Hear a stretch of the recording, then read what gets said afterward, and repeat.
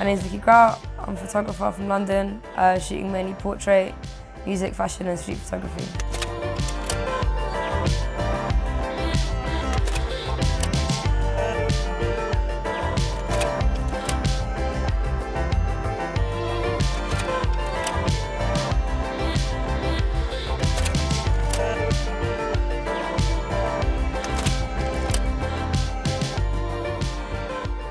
I guess the Vicky Grout photo most of the time consists of a lot of energy, maybe sort of getting some of the person's personality or character across.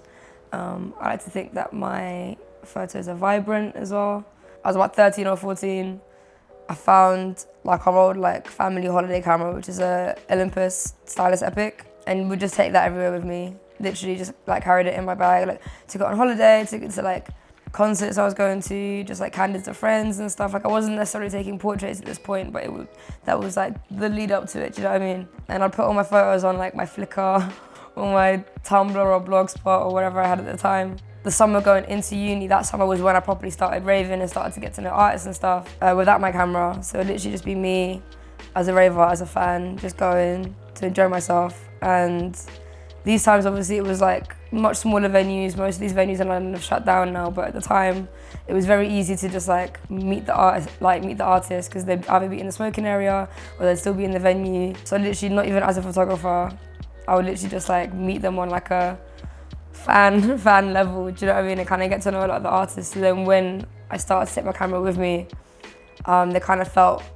that level of of comfort and being sort of comfortable with me shooting them. So it was a gradual thing, I guess, but I think it was definitely the live aspect of experiencing it in a club setting and actually feeling it and actually seeing MCs actually do a cypher as well was just sick.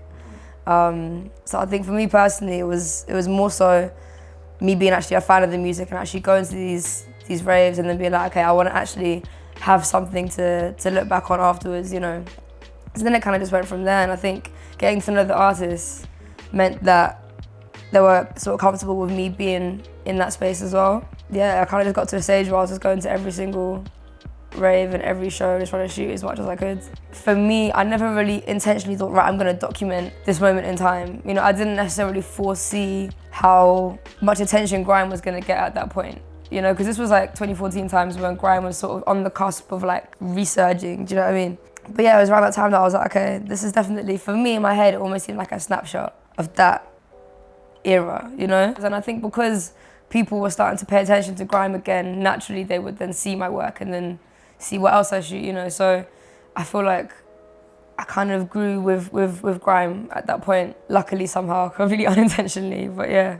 I think while I was doing the grime stuff, I was always still trying to diversify my output, just for me personally, so that I wasn't pigeonholed, but also I was trying to make money off this as well, do you know what I mean? Eventually I was able to leave my part-time job as well and just go completely full-time, but at the time, I was shooting portraits of friends, I was doing tests for agencies, I was shooting for brands. Obviously in the beginning it was friends or friends of friends hitting me up saying, oh, I've got this brand, I've got this skate brand, can you shoot our lookbook? And obviously that then led to slightly bigger things, and I always kind of wanted to do more editorial stuff. So kind of from the beginning, I kind of always wanted to do a bit of everything, And even with the music, the grime stuff is what I'm mostly known for, but I've always sort of just shot music that I'm interested in or that I listen to anyway, which isn't necessarily just grime or even just UK music. But I think even now, even though my output might have sort of diversified even more, I think people still sort of tend to refer to me as that grime photographer. Being a white woman in that space can be a bit of a weird one when people sort of hail you as this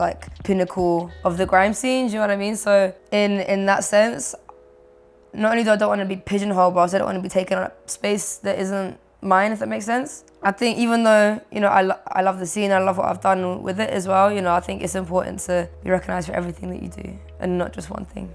I think my approach to taking portraits mainly is that I want to be able to get a part of them out in that image, whether it's a bit of the personality or their character or something, which can be hard, and it's definitely a joint effort from both parties. You definitely need to try and break down that barrier, make them feel comfortable. But then at the same time, they need to be willing to let you do that. There's only so much, joke telling and small talk you can do. You know, if a person is not trying to give you anything, then you won't get anything. You still got to try. Do you know what I mean? So when it comes to portraits, you know, I do try and capture that person's energy if I can, if possible. I think, you know, if your heart's not in it or if the person is just not there, you know, you can just really tell, and it doesn't make for a good image. I think the first time I met Skepta was at Shapes in Hackney, because he was performing with Stormzy. I literally just started chatting to him. I didn't even have my camera at that point, I don't think. And then saw him again at Visions one time, again, like no camera.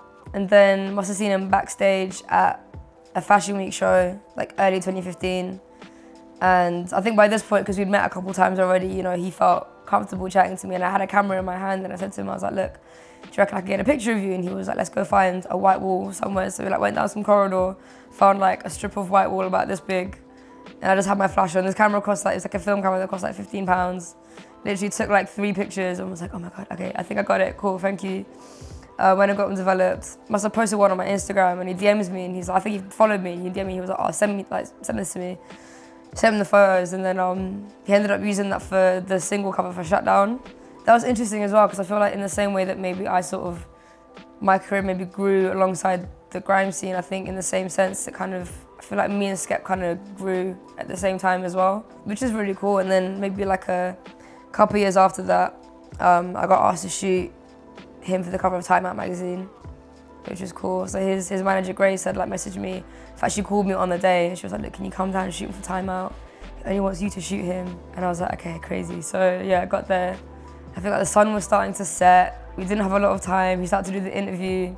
And again, it was literally outside his house in Meridian and in Tottenham. And again, there was just like a wall that was like in the shade, like the sun wasn't even on it, but I literally took like a few pictures and just had to do a whole lot of work in post. This was on digital, but I had to do a whole lot of work in post because like, yeah, it was evening time, the sun was setting, you know, the photo was like so blue and like dark, but obviously if you've got a raw file, you could do wonders with that. So managed to get a pretty good image out of that. I guess that's like the one upside to shooting film, to shooting digital, I mean. I think my approach to stuff is that like I've always liked to keep, you know, sets to like a bare minimum, or just I quite like to keep things natural and organic. You know, obviously I do enjoy doing like, you know, having like a bigger production.